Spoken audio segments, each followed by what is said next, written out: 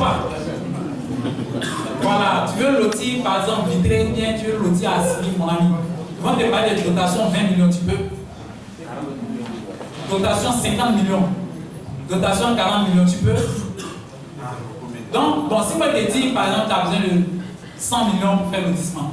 Et puis tu as dans ton mail, quelque part au bord de la mail, puis on te dit dotation 70 millions. Ça veut dire que c'est un monteur. Oui, Ndoussi par exemple, bon, tu n'as pas vraiment besoin de. Avec, sans vraiment mentir, avec un 20 millions, tu es bon, tu es très bon. Qui est d'accord avec ça? Ndoussi. Ndoussi. Pour une superficie de 20 hectares. On est d'accord? On est d'accord? Les doyens. On est d'accord? Sans décapage total ou bien avec décapage total. Il y a des stratégies. Qui est un aménageur foncier qui paye pour faire décapage? Mon petit quitte là. Qui paye pour faire décapage? Qui est dans le. Non, je vais dire quoi? Je dis que qui est aménageur foncier et puis il met sa main dans sa poche pour enlever l'argent pour faire décapage. Sous-traitance. Non! Décapage même donne l'argent. À l'auditeur, vous ne savez pas ça? Mais je n'ai pas mis ça dans le document, on va mettre ça dans le document. Décapage donne l'argent. Est-ce que vous savez ça? Vous ne savez pas? Bon, on va parler de ça là. Mais effectivement, c'est une stratégie de recherche de financement.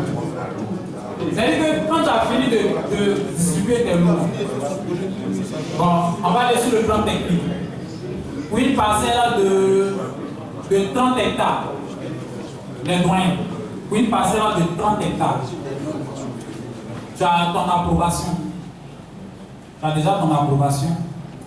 Tu vas demander au décapeur, vu qu'il a les machines, de venir faire le décapage. Tu vas lui demander aussi à beaucoup de dotation. Ah, vous ne savez pas? Quand tu as payé dotation, il va venir aussi, il va payer dotation. Moi, quand on m'a grugé, c'est ça que j'ai voulu faire. Mais quand j'ai vu à faire de dotation, j'ai dit c'est bon, moi j'ai fait lotissement. Parce que, en réalité, si tu. Qui fait les décapages ici? Voilà. C'est risqué, les décapages. Parce que tu ne sais pas sur quelle base le gars il a fait son lotissement. En fait, c'est comme si tu n'en travailles plus en bas un mois. Est-ce que vous comprenez? Tu peux hériter d'un conflit que toi tu n'as pas créé. C'est ce qui est bizarre avec les décapages. Donc moi j'ai décidé d'annuler le décapage et dire on fait lotissement. Maintenant quand on fait lotissement, ceux qui veulent prendre le risque de décaper, ils viennent décaper. Tu leur donnes ton montant. Tu leur dis par exemple, moi j'ai besoin de 10 millions ou bien de 5 millions pour tel nombre de lots. Ils vont te donner les 5 millions. Donc, décapage donne l'argent. On n'enlève pas l'argent pour faire décapage. Maintenant, tu vas leur donner des terrains en échange. Par exemple, 5 millions pour 2 lots. Et puis, un lot par hectare. Un lot par hectare. Maintenant, si c'est ouverture de voie, c'est combien de lots? 2000 lots par hectare. Implantation de bornes.